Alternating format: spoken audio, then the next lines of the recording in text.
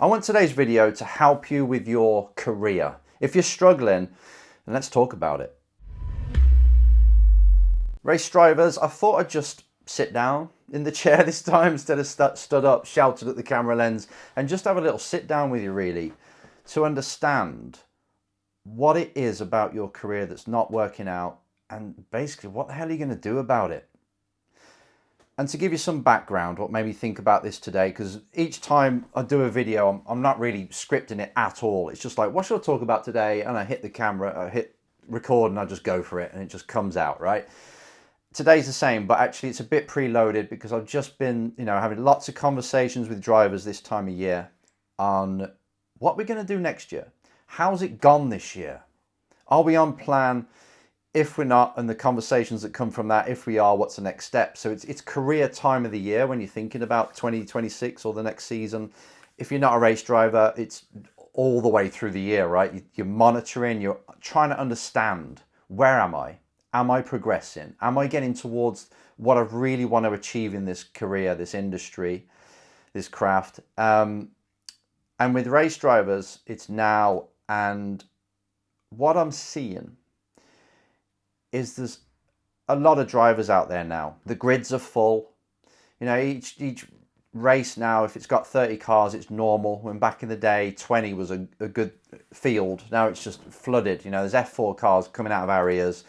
Everyone seems to drive, and I don't know where they're getting the money from because it's costing now, believe it or not, if you're doing European and UAE and all that stuff, it's costing €1 million to do F4.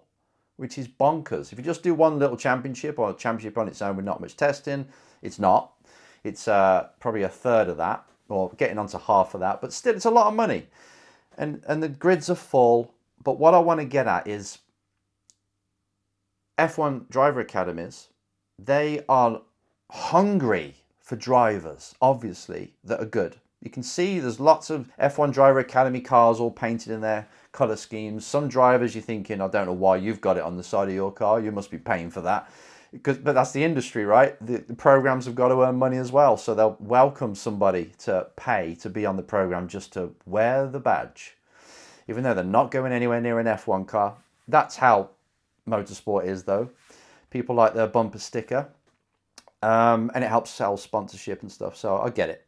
Anyway, F1 driver academies and scouts, shall we call them, the closest thing we've got to scouts, are looking upon all these championships now, all the junior categories, even looking, to the States for F1 and all that. They're trying to get drivers, but they can't find them.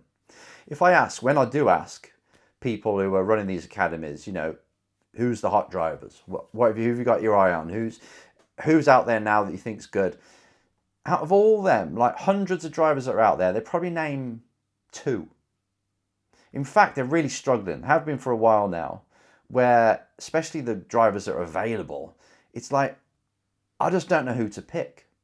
Because if you look at F2 last year, to take a look at the finishing positions in the championship and who went to F1, it's P1 and P2, which you kind of expect, okay? The top 2 go through to F1. It's like it's a promotion because you did so well in F2. It doesn't normally work like that. But then you look at all the others, Kimi in P6, Ollie in P12, and Colapinto in P9. And if you're an outsider, you think, how did they get to go to F1 when it should really, if there was 5, it'd be the top 5, right, going through. It just doesn't work like that in motorsport. And the cars, the way they are now, all the way through, from F4 upwards, F1's actually all right, but anything else is kind of like, they're not really drivers' cars. They're more like, if you're well versed, if you're well tested, you've done a lot of laps and you've got this technique down, because some of them have got funky techniques, then you'll do well in that car. Plus, if you're in a good team, you'll do well in that car. But it still doesn't mean that driver's F1 material. So we're getting a lot of champions. We get quite a few F2 champions in the past that don't really get anywhere near an F1 race. They become a reserve driver and stuff, but the F1 team's not seeing what they need in that car. Or maybe the timing's wrong, but still, for some of it is. But it's really difficult. So when you're kind of looking, you have to look through the results. Now, I'm always talking to you about, you've got to win, you've got to stand out, which is pretty obvious, because that's one way to get your head above all the other drivers. If you've got lots of number ones, You're seen as the fastest, right? So that's a really good marketing technique, or should I say, avenue to take. You winning, brilliant. The thing is, a lot of the times you can't. A lot of times you might be driving for a team that can't win. Your results, you're just having bad luck. So you're looking like this P9 to P12 driver. How, if this is your case now, you're not winning, how are you going to make a career? And it's such an obvious question, but I don't see enough of you asking yourself, just stopping and being realistic. It's like, yeah, but I really want it. I know I've got the skill. Fine, that's great. Just park that for a minute though. Look at it from the outside. What are people buying when they buy you? Are you standing out? Are you the product they want? Are you offering them the service that they want in their team? Because they need to take a driver, bolt that driver in, and the driver gets the most out of their car. What confidence are you giving a manufacturer or an F1 team or an IndyCar team or a NASCAR team that you're the person for that role? And if your results are not saying it, you've got to work outside, business, talking to them, winning them over, having good social media. You need other things. They need to see in you that is valuable, so they have you in their team. So it is a bit of a wake-up call. It's like, just take stock right now. Like any company would, they say, right, how is our product faring up in the market?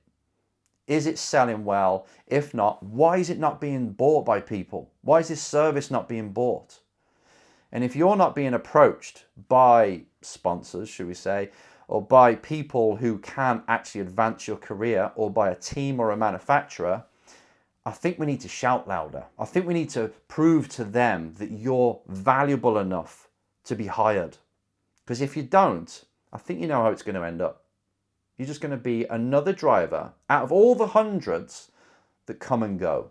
If you were to look now at your grid and say, right, I'm P whatever, and there's 6 drivers above me, or 7 or 10 drivers above me in the championship, look at them and say, right, which ones are definitely going to make a big career in motorsport? You know, they're going to get paid, they're going to pay their mortgage through racing, or they're going to go all the way to F1. And when you look at it, you kind of think, if you're 10th in the championship, I can probably pick 1, maybe 2.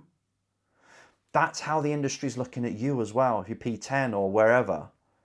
Unless you're proving to them you've got some other benefit, or you've just had bad luck. You've got to communicate it. Don't sit back. That's the main message from this video, is don't just sit back and think it'll be all right. I'll have my win one day. I'll go and do the championship again. It's like, no, you need to take action here. You need to like hit the red button and say, right, alarm bells are going off. We need to fix this. I've got the rest of the year to prove to the industry that I am actually better than the results I've got. Can I send my managers to go and sell me and knock them doors down? If I haven't got a manager, I've got to do it myself. I've got to knock the doors down and prove to them I'm worth more, and I want this so bad. And then obviously your results have got to be a bit better. So if you're making mistakes on the track, shape up. If you're not quick enough, learn how to drive quicker. If the team are not performing, help them or make them perform better, because your career is really dependent on all these areas, on track and off track.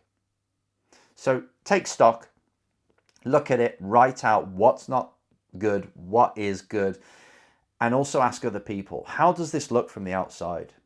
If you were the person choosing the next driver that they're going to employ, how does where I am in the championship look? And get really brutally honest. And this isn't to scare you, it's to make sure that you finish the year on a high. It's to make sure you prep for next year and you just know reality. Because at the end of the day, that's the way we're seeing it. With these cars being the way they are now, and being sort of whoever just presses the button at the right time is the one who's quickest, because it is a lot of it is down to that. It's not raw, the art of driving. You can't lean on a car now like you used to and slam that brake as hard as you can, and it'd be really in your chest that you're going to go through this corner as fast as you can because the circuits are safe. So it's a lot easier for everyone to be in within a second now, and with all the data and everything, all this information. So it's hard to stand out, but you have got to be the one that plays this game the best and says, right, I can see how this is played now. Everyone's equal. It's just a blur of drivers. It's hard to see who's good. How am I going to prove to those that matter that I'm the one, that I'm good enough to be picked?